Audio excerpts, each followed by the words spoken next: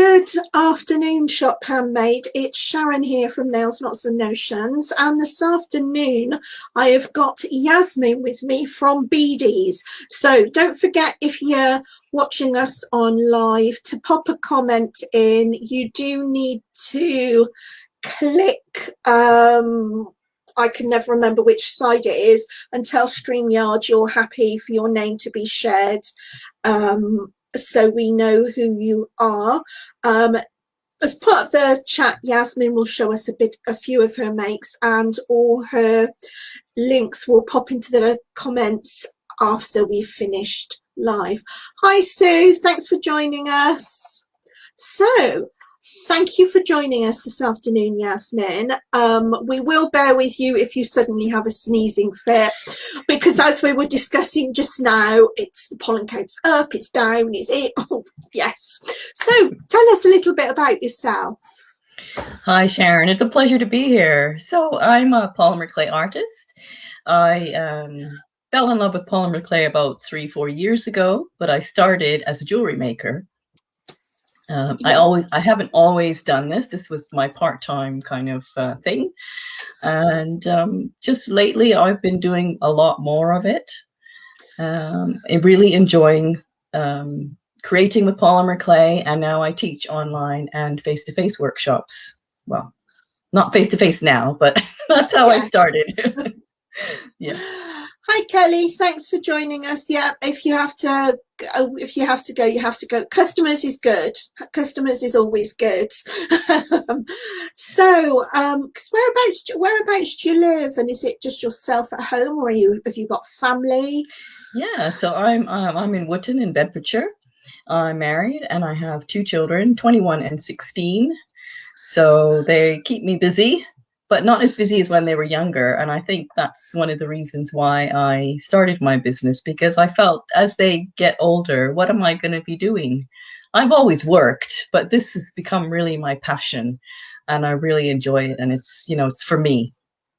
Yes, absolutely. And we all need something for us. And if you can make some money from your passion and make it into a business, then absolutely, why not? Absolutely. How's your 16-year-old coped with schooling over the last year? She's just finished her GCSEs, or whatever they're calling them now. So she's got 3 months off and she's just coped with it really well, I think, as best as they can. She's been in contact with her friends and that's helped. So, you know, yeah, I'm quite fortunate. She seems to be okay. Yeah. Good. So tell us 3 random things about yourself. Oh dear, 3 random things. I'm allergic to anchovies, so no Caesar salad for me. Yeah. I used to be a travel agent, and one of my familiarization trips was a 7-day cruise in the Caribbean. Oh, yeah, it was amazing. Yeah, I highly recommend cruises. And my final one, let me think, is, well, I used to play the piano. I got up to level 8, and my piano teacher was quite distraught when I told her I wasn't continuing. And I decided to pursue studies in accounting. So has that been your sort of day job up until now, accounting? No, actually, I didn't. At the moment, I am a part-time bookkeeper, but in between, I've moved countries twice.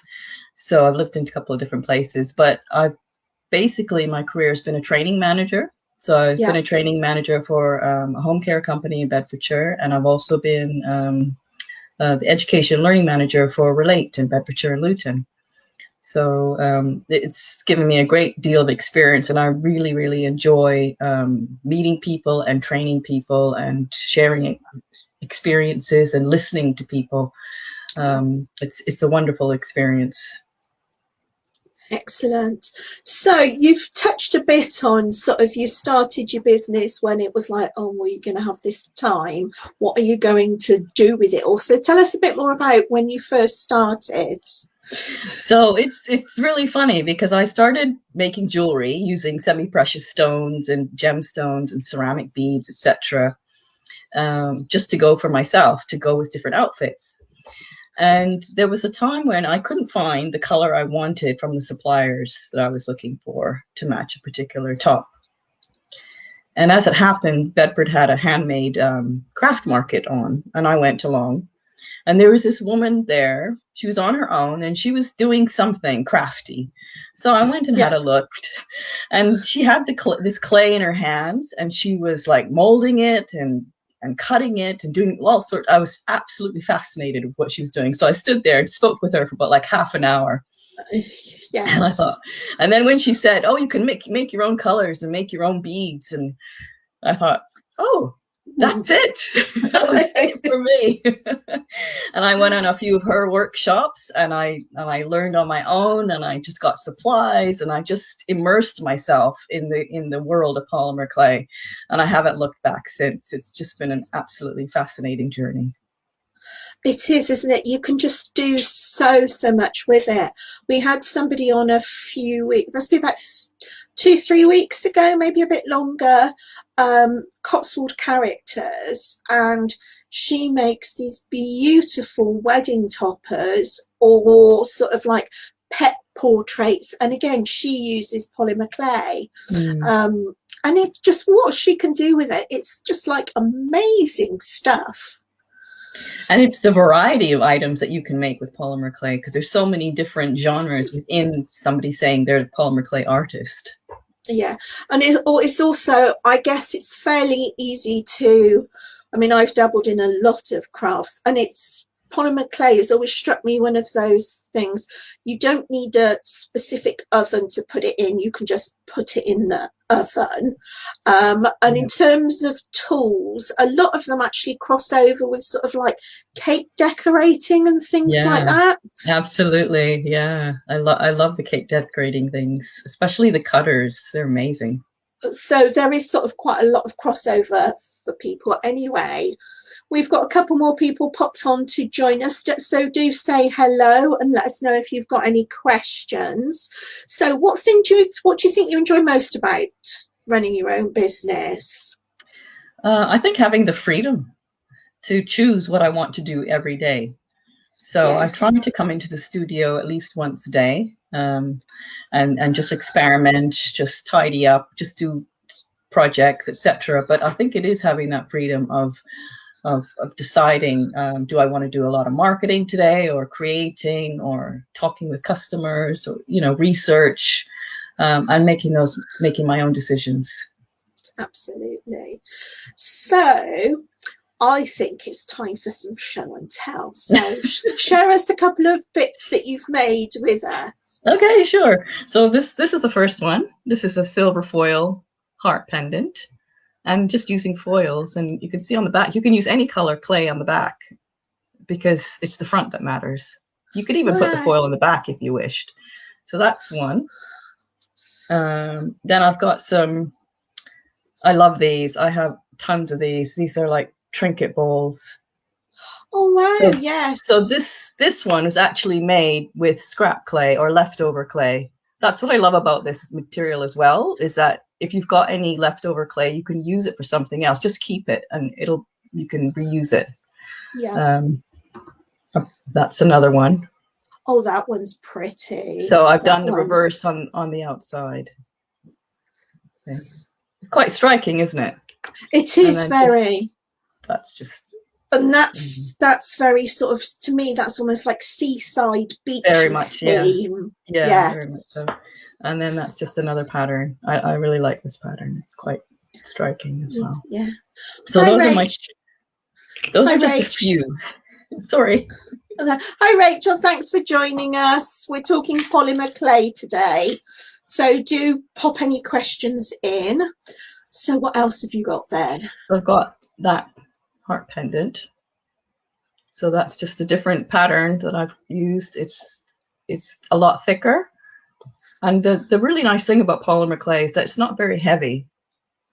Yes. So Sue's asking, do you use a mold or do you free form? So for the trinket balls, I used a mold because I just lay the clay on top of it. The bath bomb molds.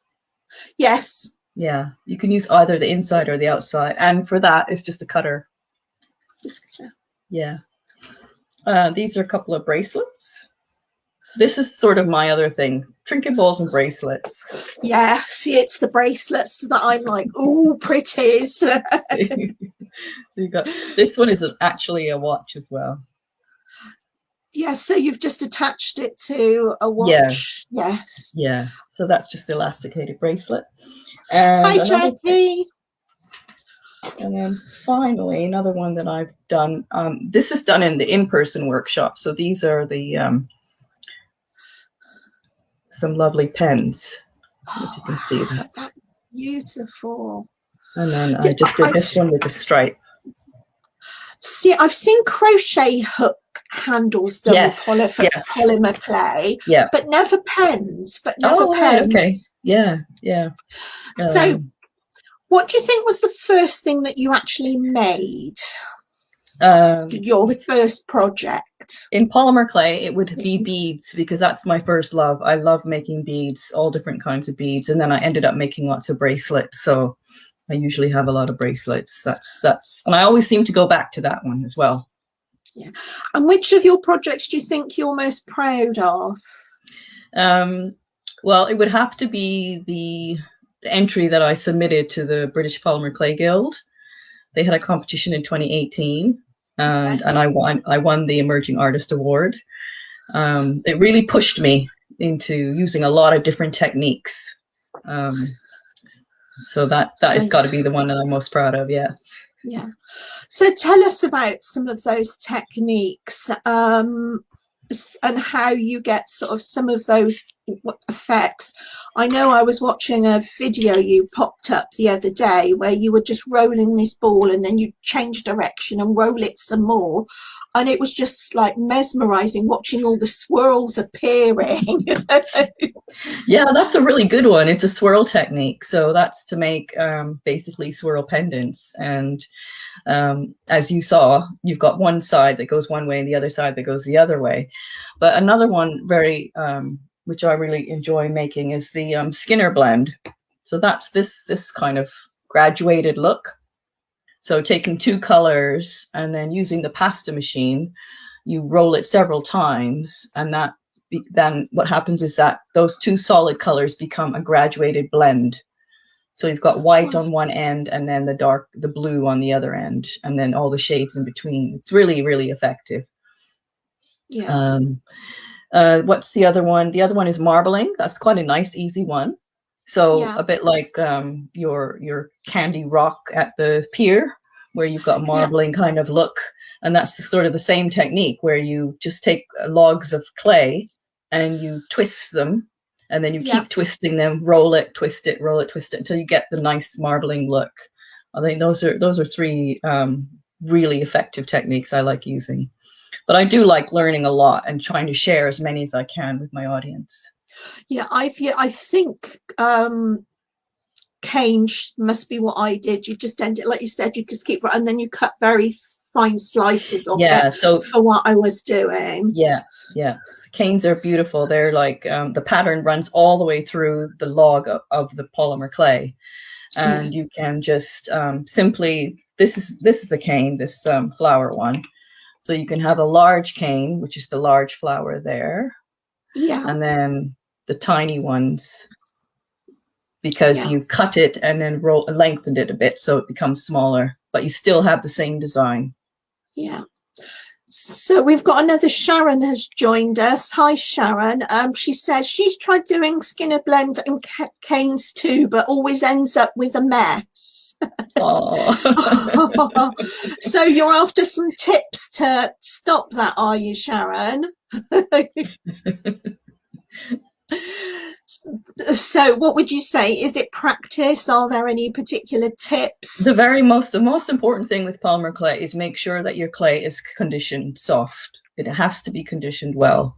So like for the Skinner blend, if your clay is too hard and you try to put it through the pasta machine, it's just not going to work.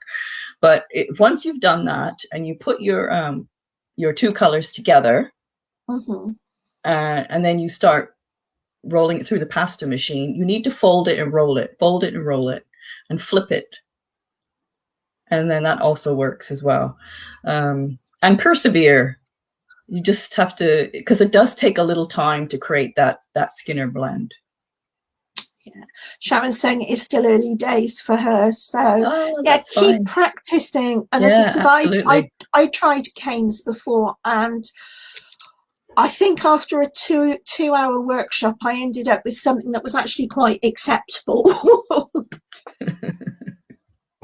So there's lots of different polymer clays on the market. Different people use different ones. I think I've only ever used Fimo, however you pronounce it, and found out the hard way that Fimo is very different to Fimo soft. So do you have favorite brands you use? So I use, when I'm selling my products, I use Primo, Sculpey Primo. Yeah. And I did start that with my students in the face-to-face workshops because we have more time. But as I've moved online, I've discovered that Fimo Soft is actually quite practical because it takes less time to condition as long as it's not left in a very cold room. And the students really enjoy conditioning the clay, but they really want to get on to the pattern or the project. So it takes a little bit less time with the Fimo Soft than it does with the Sculpey Primo. But those are my two main brands that I tend to use. And have you found you've had a lot of uptake with your online classes? Did you do them before the pandemic, or did you have to make that shift online? I did do a trial before the pandemic. I wasn't really convinced because one of the things that is a barrier to people is that they have to find the right materials. So during the pandemic, I created kits. So they would I would send out the kit, and then they know they've got all the right materials, and it saves people a lot of time, you know, trying to find the right clay and the tools and all that stuff. So I give that all to them. But yeah, it's going really well. I mean, I have a monthly club, so I have club members come in the daytime and the evening session, and they've got their kit for this month and they're ready to go. You know, it's really a lot of fun. Absolutely. What's Sharon saying? She's using her daughter-in-law's got spare Fimo, but she's got some artisan clay to use when she's a bit more confident. Fantastic. Lovely. So what have you tried so far, Sharon? Just the sort of blend and the canes to see what you can work out, to see what sort of comes up for you. Let's wait for her to so if money were no object, what would be top of your crafty wish list? Oh God, it would have to be clay. More clay, please. Yeah. Now you mentioned earlier, and we can kind of see a peek of it. So you actually have your own studio where you do all your making and everything in. Absolutely. So, it was a shed. So my husband converted it. It's a she shed. It's a she shed, absolutely.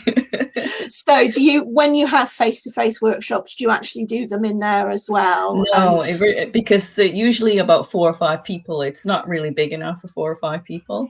So if it was smaller groups, I probably could do it. But what I do tend to go into is my local village church hall. Yeah. They have a lovely space and they have a kitchen and everything. So they you know, I really like to support them, and they're really lovely. I know I always find as well, local church halls have got, most of them these days, because they tend to have play group and rainbows and everything else there, that they've got like decent tables and chairs, and so you can actually get yourself set up, and like you said, there's plenty of space. Yeah, absolutely. So what she's doing, tried doing some smaller jewellery pieces, tend to do bigger pieces. Practiced doing a fairy house using an old jar and a couple of small incense ash catchers. Oh, they sound very interesting. So fairy houses are amazing. I love making fairy houses. Yeah. So what do you do with those then? You kind of wrap the clay round the glass. Can I show you one? Absolutely. Hang on a second.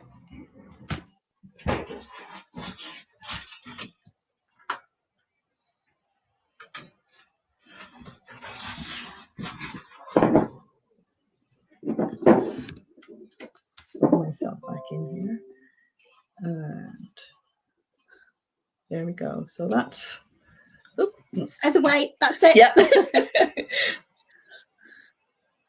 Oh, so I see. So you can leave the glass out for the windows, but then you use the shape of the jam jar to. Yeah. So just What? have just one color around, and then you can just start creating. Oops. Yeah. I'll get used to it, Sharon. That is And then really this, cute. yeah, it's really, and this was my very first kind of attempt, and I just did little lines down the. So Oh, yes, to little, like panel it. Yes. yeah, No, I can panels, see and what then you the were doing grass. there. So you can go a bit crazy with it, but those are just 2 examples. But they're really useful because you can make you know, they're for flowers, or for kids, you put them in the garden, and they can just pretend fairies are coming out, or the fairies live there. You could even make fairies out of polymer clay. It's not because I'm not a sculpturist, but certainly something you can definitely try. Or put little tea lights in them and things. Or Yeah. I'd use it as a pen pot. Yeah, perfect. Or maybe a utensil pot in the kitchen. Yeah, absolutely. So they are super cute. So what are your favourite craft materials then? So we've already chatted about a couple of clays. Any other favourites? So within the clays, I like texture sheets. So I love making and I really want to try silk screens. That's sort of my next Ooh, project. Yeah. Yeah. tell us more. Well, that's what I'm going to be learning. So maybe you'll have to watch for my video that comes out. But it's transferring patterns onto the clay. So that's another, it's just another surface technique, which gives you a bit of interest, you know, like something like that. You could probably transfer it onto the clay and then use your jam jar and cover that with that same piece of clay, your veneer, as they call it. Yeah. So I mean, I think, yeah, not necessarily in polymer clay, but I'm thinking, so even things like bubble wrap and things like that, you can push in, and that just gives you, like you said, that texture. Yeah, there's a lot of things around the house that you can use as textures, you know, sponges, you know, the rough side of the sponge, that's a nice texture sheet. That works really well. So it's just kind of, you can open your mind and look at different things and then use that as your texture sheet. You don't necessarily have to go out and buy them. Yeah, we've had a couple of silver clay artists on, and they've done things like collect nice leaves out of the garden, and again use those to just put that texture in. Yeah, absolutely. Yeah, that's a great idea. Beads with faces, may need to look into that. Okay, so yeah, tell us a bit more about those beads. I've got a thing about beads, and some of those that's just looked amazing. Okay, what would you like to know? Just what I do with them and how Just what you do with them. Yes. Okay, so let's look at this one, because this one's I don't think I showed you this one. So this one I used an extruder. So that's a lovely another little tool that I have. And what it does is it creates geometric patterns, like little squares. So once I've created that, I create a veneer, and then I can just take my round cutter and just cut, and then, you know, slice that. It depends on how you use the veneer. You can use a veneer flat, or I can create a cane from the geometric pattern. Yeah. And then that geometric pattern cane, I will slice it and then layer it on top of a plain bead. So you can see that one has, oh, there we go. That one has a green background. But then it's got the slice on top. I see. I thought the whole thing was a bead. But you know, I see you've actually, again, just layered just layer it. Polymer clay is all about layering, and it gets you that. So when people look at it, they think, oh, you know, if they don't know about polymer clay, they think it's painted on, but it's actually layered, and it gives you a really nice effect. So that's one way of doing it. Yeah. Yeah. So you wouldn't take a lump and actually make a whole bead out of polymer clay then? I can do that would just be plain.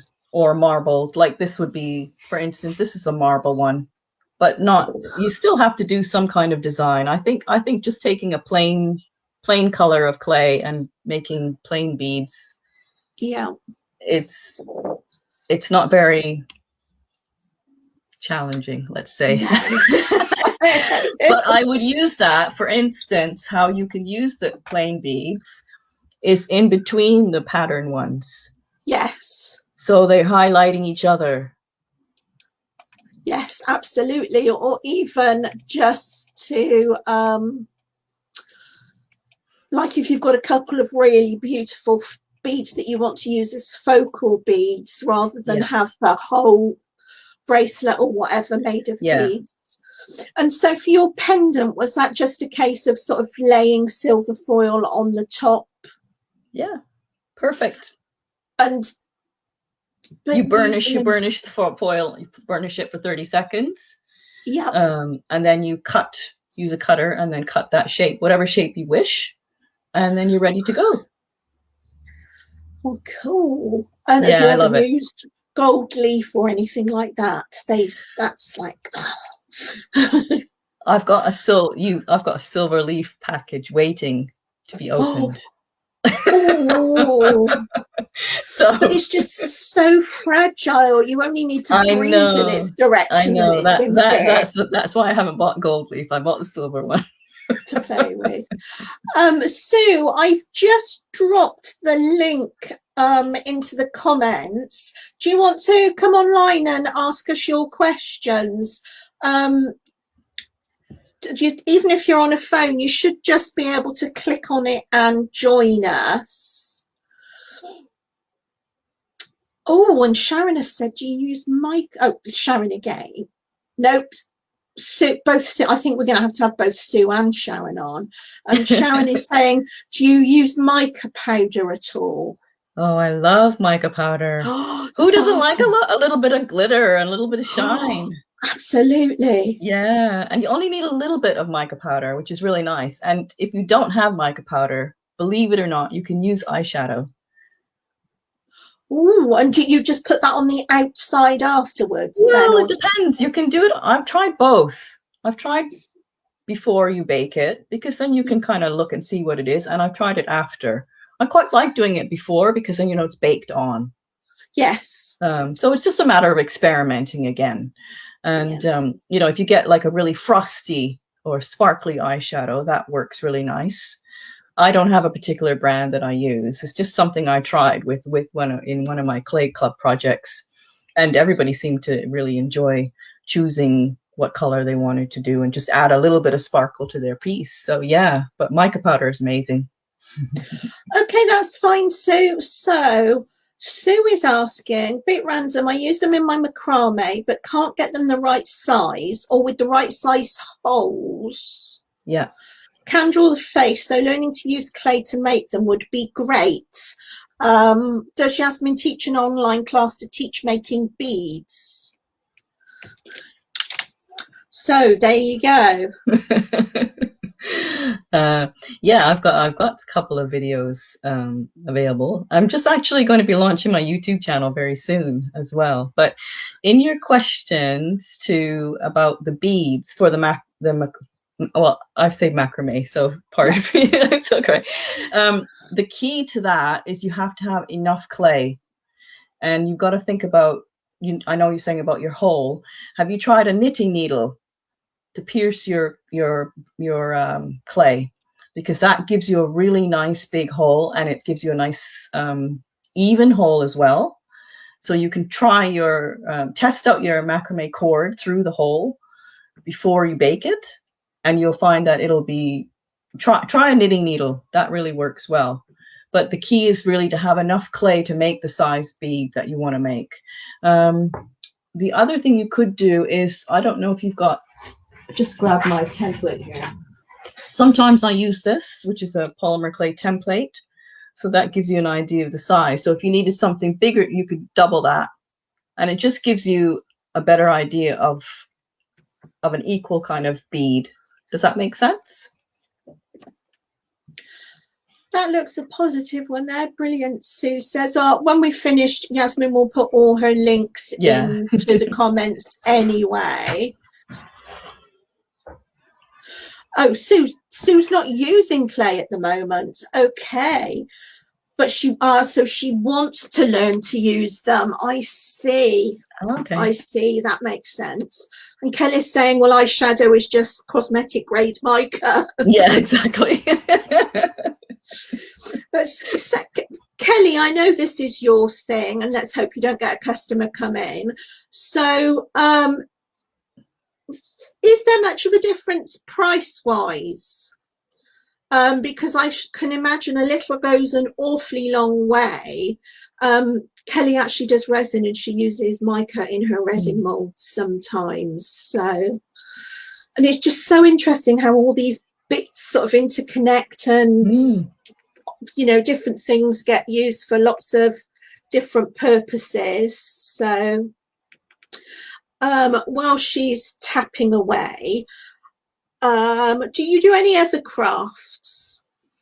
So I can sew. So I do a bit of sewing. It's not I'm not fantastic at it, but I know how to use a sewing machine, and I have made dresses and things for my daughter when she was younger. So I really enjoy that. And I've kind of stopped with the knitting, but I'd really like to start. I mean, it's always, I could do it in the summertime, but that's another thing that I do enjoy making, just like scarves. Very basic. It's not anything fantastic, but it's just something else that takes my mind away from maybe my daily job or daily work. Or it is, isn't it? Is crafting is just so good for us, and is that whole particular, I'm a knitter, it is that whole repeated action. Yeah. So it's almost meditative, but also that, oh well, I've been sat here and look over any craft and look what I've managed to do. Yeah, exactly. Yeah, yeah. You feel proud of yourself, don't you, when you finish something? Absolutely, absolutely. So what do you do with yourself when you're not crafting? When I'm not crafting, I'm baking. So that's a double use for my oven. Not at the same time, obviously, but but I love baking cakes and chocolate chip cookies. That's my favorite. Absolutely. Yeah. Over the weekend, I made something called magic cookie bars. Yeah, it's very, very sugary, let's just say. Yes. But it's there's a one piece left for me. I'm hoping to have that later. Oh, what's Kelly saying? Don't need much of it. It doesn't make a lot of difference for what she does because she does small things. But for larger stuff, it would be cheaper to buy the mica powder packs. Yeah. So, yes. And what about sparkles, sort of actual glitter? How does that get on with polymer clay? Well, there's actually I think both Fimo and Prima and Sculpey offer polymer clay with glitter in it. Ooh. So like red glitter, especially Christmas time, red glitter, green glitter, blue glitter, gold glitter. Yeah. So if you want glitter, that's what I tend to use, because glitter, as you know, just gets everywhere, and I have to be careful in the studio about where I'm using it so it doesn't get on my other pieces as well. Yes. But that's a good option, and I like to use that for my students because you know, it's, who doesn't love to see the glitter inside their clay? Yes, and I know what you mean over glitter. And there's two kinds of glitter in my mind. There's ordinary glitter, and then there's grown-up glitter, which is much, much finer. Yeah. And that is the stuff that does get absolutely everywhere. Yeah. I might so just like, they've come up with that, they've obviously come up with that idea because realizing that you know, we like, as polymer clay artists, or anybody who wants to work with polymer clay likes to have a bit of glitter. So actually adding that into the product is a genius idea. absolutely. But as long as it has purple and purple glitter. Yes, I think there is a purple one. Yeah. I shall have to go and have a look. So Do keep any questions coming. We're just going to do some fun quick fire questions to you, Yasmin. Okay. Tea or coffee? Tea. Netflix or audiobooks? Netflix.